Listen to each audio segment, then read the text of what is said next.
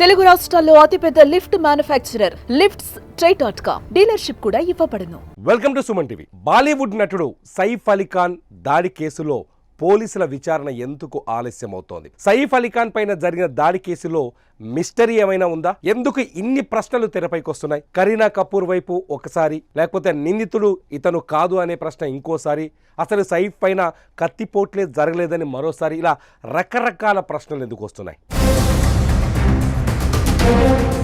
ఎందుకంటే సైఫ్ అలీ ఖాన్ని అతని ఆసుపత్రి నుంచి డిశ్చార్జ్ అయిన తర్వాత పోలీసులు ప్రశ్నించారు. అతను చెప్పిన సమాధానాలకి, ఆసుపత్రి వాళ్ళు ఇచ్చిన రిపోర్ట్లకి, కరీనా చెప్పిన మాటలకి, ఇప్పుడు దొరికిన నిందితుడి సమాధానాలకి ఎక్కడా పొంతన కుదరటం లేదు. అందుకే సైఫ్ అలీ ఖాన్ పై దాడి కేసులో ఇంకా పోలీసుల విచారణ కొనసాగుతోంది. ఇంకా నిజాన్ని వెతికే పనిలోనే పడ్డారు పోలీసులు. ఇంతకీ ఈ అనుమానాలేంటి? ఒక్కొక్క అనుమానానికి కారణం ఏంటి? ఇవన్నీ తెలుసుకునే ముందు జనవరి 16వ తేదీ రాత్రి 2:30 ఏం జరిగిందో నేను ఒక చిన్న సీనరీ మీద చూపిస్తాను. ఒకసారి చూడండి. సీన్ నెంబర్ 1 ఒకసారి చూడండి. ఇక్కడ సీన్ నెంబర్ 1లో ఇప్పుడు మనం సైఫుల్లానే అనుకుందాం. నిజానికి సైఫుల్లా అనేది చట్టం ప్రకారం పోలీసులు ధృవీకరించలేదు కాబట్టి గుర్తు తెలియని దుండగుడు అని వాడుతున్నాను. గుర్తు తెలియని దుండగుడు రాత్రి 2:30 ముందు సైఫ్ అలీ ఖాన్ నివాసం ఉంటున్న సద్గురు శరణ్ ఆ అపార్ట్మెంట్లోకి దొంగతనంగా చొరబడ్డాడు. ఇది సీన్ నెంబర్ 1. అతను ఇక్కడ ఉన్నాడు చూడండి. సీన్ నెంబర్ 2 అతను గోడెక్కి లోపలికి దూకేశాడు. అతను ఆయన సద్గురు సైఫ్ అలీ ఖాన్ ఇంట్లోకి దూకిన అపార్ట్మెంట్లోకి దూకినప్పుడు ఏ సీసీ కెమెరా అతన్ని రికార్డ్ చేయలేదు. అతని వివరాలు సద్గురు శరణ్లో దూకేటప్పుడు దానికి సంబంధించిన ఫుటేజ్ కూడా ఇంతవరకు దొరకలేదు. అంటే రాత్రి 2 గంటల ఆ రోజు మనకున్న సమాచారం ఏంటంటే 2:30 దాడి జరిగితే 12:30 ముందు చాలామంది ఆ సద్గురు శరణ్లోకి వచ్చారు, కానీ అలా నిందితులు ఎవడో తెలియదు. 12:30 తర్వాత ఈ నిందితుడు ఆ తర్వాత సీసీ కెమెరాలో దొరికిన ఫుటేజ్ ప్రకారం నిందితుడికి మ్యాచ్ కాలేదని పోలీసులు కొంత వాదించారు. సో ఇదంతా పక్కన పెడితే గోడ దూకి ఇంట్లోకి వెళ్ళినట్టు మనం భావిద్దాం. ఇంట్లోకి వెళ్ళిన తర్వాత సైఫ్ నివాసం ఉంటున్న అపార్ట్మెంట్లోకి చొరబడ్డాడు. సీన్ నెంబర్ 3 సైఫ్ ఉన్న అపార్ట్మెంట్ నుంచి లోపలికి వెళ్ళగానే మనం అనుకుందాం, లోపలికి వెళ్ళగానే సైఫ్ కొడుకు ఎవరైతే జా ఉన్నాడో అతన్ని కేర్ చేస్తున్న ఒక ఆయా ఉంది. ఆ ఆయా ఉన్న రూమ్లోకి వెళ్ళాడు. నేరుగా వెళ్ళి ఆయాను బెదిరించాడు. ఇది సీన్ నెంబర్ 4. ఆయాను చూసి బెదిరించి ఆ బాబును చంపేస్తా, లేదంటే నాకు ₹1,00,000 ఇప్పుడున్న పోలీసులు కానీ సైఫ్ అలీ ఖాన్ పోలీసులకు ఇచ్చిన స్టేట్మెంట్ ప్రకారం ఆ బాబును చంపేస్తా, లేదంటే ₹1,00,000 ఇవ్వాల్సిందే నాకు అని చెప్పేసి బెదిరించారు. ఆ తర్వాత సీన్ నెంబర్ 4లో ఆమె పైన కత్తితో ఆమె అప్పటికే అరుస్తుంది పెద్దగా. బాబు ఏడుస్తున్నాడు. సైఫ్ అలీ ఖాన్ చిన్న కొడుకు ఏడుస్తున్నాడు. బాబును టేక్ కేర్ చేసే ఆయా ఫిలిప్ ఆమె పేరు, ఆమె అరుస్తూ ఉంది. ఆ లోపు దుండగుడు కత్తితో ఆమె పైన సీన్ నెంబర్ 5 దాడి చేశాడు. ఈ దాడి జరుగుతున్న సమయంలో సైఫ్, కరీనా సీన్ నెంబర్ 6 ఇంట్లోనే ఉన్నారు. చూడండి, సైఫ్, కరీనా ఇంట్లో నిద్రిస్తున్నారు, బెడ్రూమ్లో ఉన్నారు. ఇద్దరు ఒకటే బెడ్రూమ్లో నిద్రిస్తున్నారు. ఈ శబ్దాన్ని విని సైఫ్ అలీ ఖాన్ నిద్రలేచారు. కరీనా కూడా సైఫ్ అలీ ఖాన్ చెప్పిన స్టేట్మెంట్ ప్రకారం కరీనా కూడా నిద్రలేచే ఉంది. ఆ తర్వాత సైఫ్ అలీ ఖాన్ మళ్ళీ ఇక్కడ నుంచి సీన్ నెంబర్ 7లోకి వస్తే పరిగెత్తుకుంటూ తన కొడుకున్న రూమ్లోకి వచ్చాడు. ఉన్న రూమ్లోకి వచ్చాడు. అక్కడ పని మనిషి ఫిలిప్ అరుస్తుంది. ఆ అరుపులు విని, కొడుకు ఏడుపు విని పరిగెత్తుకుంటూ వచ్చాడు. వచ్చి అప్పటికే నిందితులపై దాడి చేస్తున్నాడు కదా, ఆ దాడి చేస్తున్న సమయంలో ఆ దాడిని ప్రతిఘటించే ప్రయత్నం చేశారు. ఇక్కడ నిందితుడు సైఫ్ పైన కత్తితో దాడి చేశారు. ఇక్కడ ఇంకో సీన్లో చూడొచ్చు, ఎవరైతే ఫిలిప్ ఉందో ఆ ఫిలిప్ బాబును ఎత్తుకొని అక్కడ నుంచి పరిగెత్తి వేరే రూమ్లోకి వెళ్ళిపోయింది. అక్కడ లాక్ చేసుకుంది. సీన్ నెంబర్ 7లోకి వచ్చేసరికి సైఫ్ అలీ ఖాన్ మిగతా వ్యక్తులు కూడా అక్కడికి వచ్చేసారు. అక్కడ ఇంకో అబ్బాయి ఇబ్రాహీం ఉన్నాడు అనేది మనకు తాత్కాలికంగా అందుతున్న సమాచారం ప్రకారం, లేకపోతే సైఫ్ అలీ ఖాన్ చెప్పిన ప్రకారం ఇబ్రాహీం వచ్చి నిందితుని అడ్డుకునే ప్రయత్నం చేశారు. అతనిపైన కూడా దుండగుడు దాడి చేసే ప్రయత్నం చేయడంతో అతను తప్పించుకున్నాడు. Scene number 7. సీన్ నెంబర్ 6 వీళ్ళందరినీ కాపాడే ప్రయత్నంలో, సైఫ్ బాబుని కాపాడే ప్రయత్నంలో సైఫ్ వెన్నుపాములో కత్తి దించాడు. నిందితుడు కత్తితో పొడిచాడు. ఆ కత్తి విరిగిపోయింది. వెన్నుపాములో 2.5 ఇంచుల లోతు గాయం జరిగింది. అందులో కత్తి కూడా ఇరుక్కుపోయింది. సీన్ నెంబర్ 5 సీన్ నెంబర్ 9 దాడి జరిగిన తర్వాత నిందితుడు మెట్లు దిగుతూ పరారయ్యాడు, పరిగెత్తాడు. సీన్ నెంబర్ 10 సైఫ్ అలీ ఖాన్ని కుటుంబ సభ్యుల్లో ఒకరు ఇబ్రాహీం అని ఫస్ట్ చెప్పారు, ఇప్పుడు వేరే వ్యక్తి పేరు చెప్తున్నారు. కుటుంబ సభ్యుల్లో ఒకరు ఆసుపత్రికి తీసుకెళ్లారు. ఇదంతా ఆ రోజు రాత్రి జరిగిందని సైఫ్ అలీ ఖాన్ స్టేట్మెంట్ చూసినా, లేకపోతే పోలీసుల నుంచి అప్పటికి మనకు అందుతున్న సమాచారం కావచ్చు, ఆ రోజు న్యూస్ ఛానల్స్ కావచ్చు, ఇవన్నీ చూస్తే ఇదే కనిపిస్తుంది. కానీ ఇక్కడ చాలా ప్రశ్నలు తెరపైకి వస్తున్నాయి. ప్రశ్న నెంబర్ 1 ఏంటంటే, సైఫ్ పైన దాడి రాత్రి 2:30 జరిగింది. 2:30 జరిగింది. సైఫ్ పైన దాడి ఎప్పుడు జరిగింది?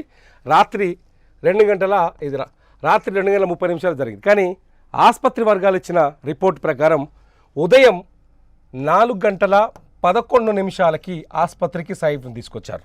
అది ఆటోలో. రాత్రి 2:30 దాడి జరిగితే 4:11 ఆసుపత్రికి తీసుకొచ్చారు. నిజానికి ఇది పెద్ద దూరం ఉందా? లీలావతి ఆసుపత్రి అంటే సైఫ్ నివాసం ఉంటున్న సద్గురు శరణ్కి ఆసుపత్రికి కేవలం 10 నిమిషాల దూరమే ఉంది అనేది మొదటి ప్రశ్న. సో ఈ గంటన్నర సేపు వెన్నుపాములో కత్తి ఇరుక్కుపోయి 2.5 ఇంచులు కత్తి దిగిన తర్వాత సైఫ్ ఇంట్లో ఏం చేశాడు?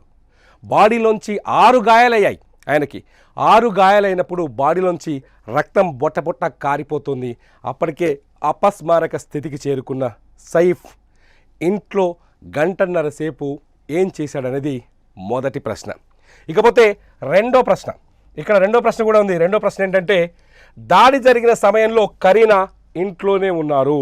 చాలా స్పష్టంగా సైఫ్ కూడా తన స్టేట్మెంట్లో చెప్పారు, తన భార్య కరీనా తన రూమ్లోనే ఉన్నారని చెప్పారు. కరీనా ఇంట్లో ఉన్నట్టుగా మనకు ఇప్పుడున్న ఈ కథలో కూడా మనకు అర్థమవుతోంది. సో సైఫ్ పైన దాడి జరిగితే కరీనా ఎందుకు, అంటే సైఫ్తో పాటు కింద తన కొడుకు పైన దాడి జరుగుతోంది, ఆయా అరుస్తోంది, మరి కరీనా ఎందుకు పరిగెత్తుకుంటూ కిందికి రాలేదు? సాధారణంగా ఏ ఇంట్లో అయినా జరుగుతుంది ఏంటంటే, సైఫ్ పరిగెత్తుకుంటూ కిందికి వచ్చాడంటే వెనక నుంచి ఇంట్లో ఉన్న మిగతా వాళ్ళందరూ పరిగెత్తుకుంటూ వస్తారు. మరి కరీనాకు కూడా ఆ విషయం తెలుసు కాబట్టి ఎందుకు పరిగెత్తుకుంటూ కిందికి రాలేదు? క్వశ్చన్ నెంబర్ 2, ఒకవేళ పరిగెత్తుకుంటూ కిందికి రాలేదనుకోండి, దాడి జరిగి ఆయన ఒంటిపైన ఇన్ని గాయాలైన తర్వాత కరీనా ఆసుపత్రికి అయినా ఎందుకు రాలేదు? ఆ రోజు రాత్రి ఆసుపత్రికి కరీనా ఎందుకు రాలేదు? ఇది అతిపెద్ద ప్రశ్నగా మారుతోంది. సో ఈ దాడి ఆ గంటన్నర సేపు ఇంట్లో ఏం జరిగిందన్నది కొంత ఆసక్తికరంగా మారింది. మూడో ప్రశ్న, కరీనాని ఆసుపత్రిలో చేర్చింది ఇబ్రహీం అని తన కొడుకు అన్నారు స్టార్టింగ్లో, కానీ కాదు, అతని ఫ్రెండ్. ఇక మూడో ప్రశ్న ఏంటంటే, దాడి జరిగిన రోజు ఆ రోజు రాత్రి 2:30 లేకపోతే 4:11 దాడి జరిగింది. ఆటో డ్రైవర్ ఆసుపత్రికి తీసుకెళ్లాడు. 4:11 ఆసుపత్రిలో చేర్పించింది ఎవరంటే, ఆ రోజు వచ్చిన సమాచారం కరీనా సైఫ్ అలీ ఖాన్ కొడుకు ఇబ్రహీం అని చెప్పారు చాలామంది. సైఫ్ అలీ ఖాన్ కొడుకు ఇబ్రహీమే ఆసుపత్రికి తీసుకెళ్లారని చెప్పారు. కానీ ఆసుపత్రి రిపోర్ట్లో మాత్రం అఫ్సర్ జైదీ అని సైఫ్ అలీ ఖాన్ ఫ్రెండ్ పేరు పెట్టారు. సో నిమిషాల్లోనే, ఈ గంట వ్యవధిలోనే ఫ్రెండ్ ఎలా మారిపోయారు? ఇబ్రహీం కాకుండా ఆటో ఇబ్రహీం ఎక్కిస్తే ఆసుపత్రికి వచ్చేసరికి అతను అఫ్సర్ జైదీగా ఎలా మారాడు? ఇది మూడో ప్రశ్న. ఇకపోతే నాలుగో ప్రశ్న, ఒకటి అతిపెద్ద ప్రశ్న.